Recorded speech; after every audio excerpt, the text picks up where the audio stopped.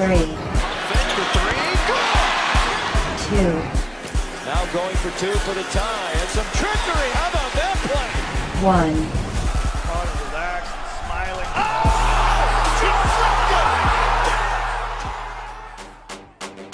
Hello and welcome to this week's edition of Three3. As always, I'm your man Connor Roundtree. You can follow me on Twitter at SportsWithTree. Coming in at number 3 this week, it is week 5 in the CFL, so we figured we'd give you a little CFL breakdown. Happening tonight, it is the Argos versus the Eskimos, the second leg of a doubleheader. Last week in Toronto, the Argos were able to come out victorious over the second place Western Eskimos. The Eskimos are 2-2 this year, and that's large part due to Mike Riley. He is definitely the best player in the CFL thus far. You want to know why? He leads the league in both passing yards, passing touchdowns, and rushing touchdowns as a quarterback. The Argos, on the other hand, well, they lost their quarterback, former Eskimo Ricky Ray. Ricky Ray signed a one-year deal with the Argos in the offseason after winning last year's Grey Cup. But here's the thing, he hurt his neck a few weeks ago, so the Argos are still looking for a quarterback.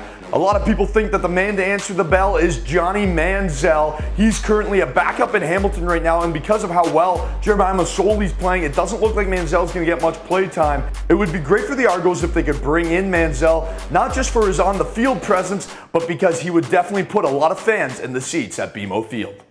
2, Coming in at number 2 this week, it is Wimbledon. But instead of focusing on the tournament as a whole, we're going to zero in on one specific player, and that is Serena Williams. Let's go back to September 1st, 2017. Alexis is born. Fast forward to now, she's in her 4th tournament back, and she has booked her ticket to her 10th Wimbledon final. Serena Williams has won 7 Wimbledons before, including her 2 previous appearances here back in 2015. 2016. If Serena can capture yet another Wimbledon title, it will put her at 24 Grand Slams. That would tie Margaret Court's record of 24 set back in 1975.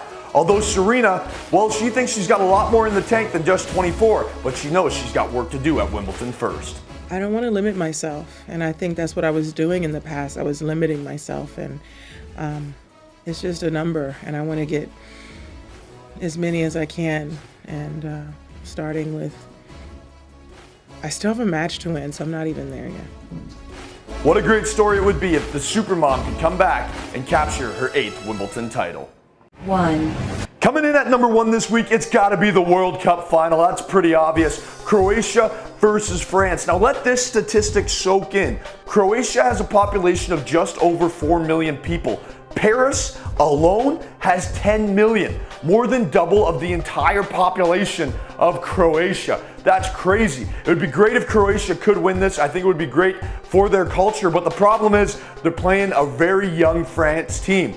France has 15 players on their roster 25 years or younger. Why do I bring up that point? I bring it up because Croatia in the 3 previous games have all gone either to extra time or past that into penalty kicks. France has those young guys with a lot of cardio that will be able to go deep into the match.